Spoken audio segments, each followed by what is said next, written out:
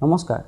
ভাৰতৰ বিদেশী অনুদান বা ফৰেন কণ্ট্ৰিবিউশ্যন ৰেগুলেশ্যন এক্ট FCRAৰ সৈতে জড়িত এটা প্ৰস্তাৱিত সংশোধনী বিধেয়কক লৈ এতিয়া আন্তঃৰাষ্ট্ৰীয় পৰ্যায়তো ব্যাপক আলোচনা আৰম্ভ হৈছে।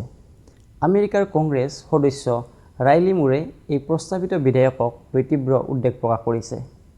তেওঁৰ মতে এই বিধেয়কটো বৰ্তমান ৰূপে গৃহীত হ'লে ই ভাৰতৰ খ্ৰীষ্টান সম্প্ৰদায় আৰু ধৰ্মীয় প্ৰতিষ্ঠানসমূহৰ ওপৰত প্ৰভাৱ পেলাব পাৰে।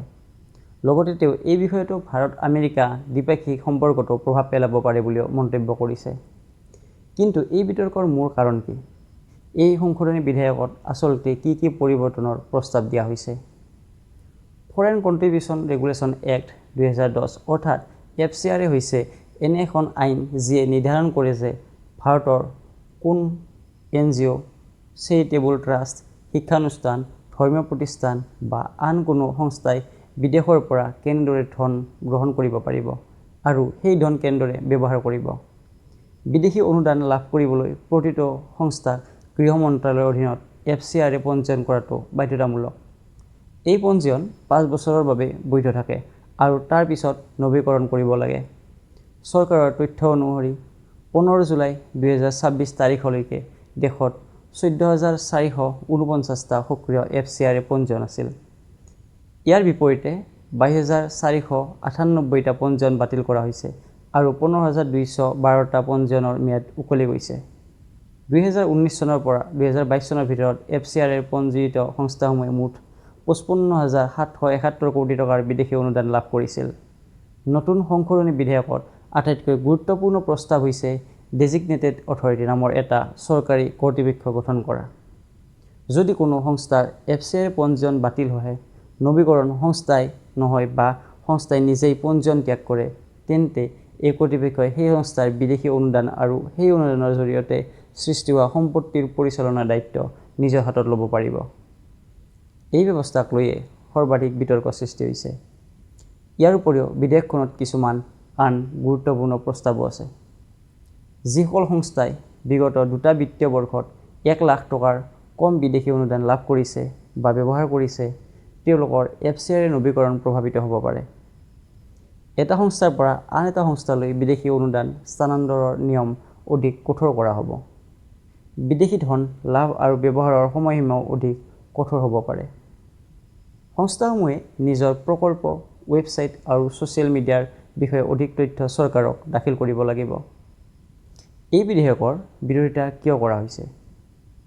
বিৰোধী ৰাজনৈতিক দল অৰ্থাৎ বহু NGO আৰু নাগৰিক সমাজৰ সংগঠনসমূহৰ মতে এই ডেজিগনেটেড অথৰিটিক অত্যাধিক ক্ষমতা দিয়া হৈছে। তেওঁলোকৰ আশংকা, ইয়াৰ ফলত কেন্দ্ৰীয় চৰকাৰে বিদেশী অনুদান লাভ কৰা সংস্থাসমূহৰ কাম-কাজ আৰু সম্পত্তিৰ ওপৰত অধিক নিয়ন্ত্ৰণ লাভ কৰিব পাৰে। বিশেষকৈ খ্ৰীষ্টান ধৰ্মীয় প্ৰতিষ্ঠানসমূহৰ মতে বহু দশক ধৰি বিদেশী অনুদানেৰে চলি থকা বিদ্যালয়, চিকিৎসালয় আৰু সমাজসেৱামূলক প্ৰতিষ্ঠানসমূহৰ FCRA পঞ্জীয়ন বাতিল বা শেষ হৈ গ'লে সেই সম্পত্তিৰ পৰিচালনা চৰকাৰৰ নিয়ন্ত্ৰণলৈ যাব পাৰে।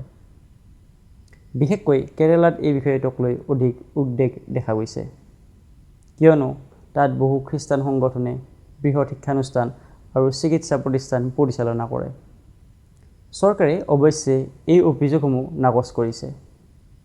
চৰকাৰৰ মতে এই সংশোধনৰ উদ্দেশ্য কোনো বিশেষ ধৰ্ম বা সংগঠনক লক্ষ্য কৰা নহয়।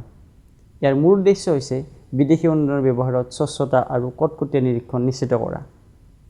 চৰকাৰৰ দাবী, ইয়াৰ জৰিয়তে বিদেশৰ পৰা অহা ধন কেৱল ঘোষিত উদ্দেশ্যৰে বাবেহে ব্যৱহাৰ কৰা হৈছে নে নাই সেয়া নিশ্চিত কৰিব পৰা যাব। এই বিতৰ্কৰ মাজতে আমেৰিকাৰ কংগ্ৰেছ সদস্য ৰাইলি মুৰে সামাজিক মাধ্যম Xত এটা পোষ্ট কৰে। তেওঁ ভাৰতৰ খ্ৰীষ্টান ধৰ্মৰ দীঘলীয়া ইতিহাসৰ কথা উল্লেখ কৰি কয় যে ছেইণ্ট থমাছ দ্য আপষ্টল যীশুখ্ৰীষ্টৰ পুনৰুত্থানৰ কিছু দশকৰ পিছতেই মালাবৰ উপকূললৈ আহিছিল আৰু তেতিয়াৰ পৰাই ভাৰতত খ্ৰীষ্টান সম্প্ৰদায়ৰ উপস্থিতি আছে।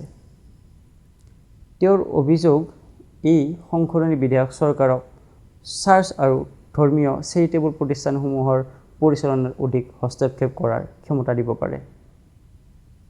তেওঁ লগতে কয় যে যদি এই বিধেয়ক বৰ্তমানৰ ৰূপতে গৃহীত হয়, তেন্তে ই ভাৰত-আমেৰিকা সম্পৰ্কৰ ক্ষেত্ৰতো এক গুৰুত্বপূৰ্ণ উদ্বেগৰ বিষয় হ'ব পাৰে। আমেৰিকাৰ এজন সাংসদৰ মন্তব্যৰ পিছত বিষয়টো অধিক কেৱল ভাৰতৰ আভ্যন্তৰীণ ৰাজনীতিৰ মাজতে সীমাবদ্ধ নাথাকি আন্তঃৰাষ্ট্ৰীয় পৰ্যায়তো আলোচনাৰ বিষয় হৈ পৰিছে। এতিয়া লক্ষণীয় হ'ব সাংসদে এই বিধেয়কক কেনেদৰে আগবঢ়ায় আৰু ইয়াত কোনো সংশোধন আনে নে নাই। ধন্যবাদ।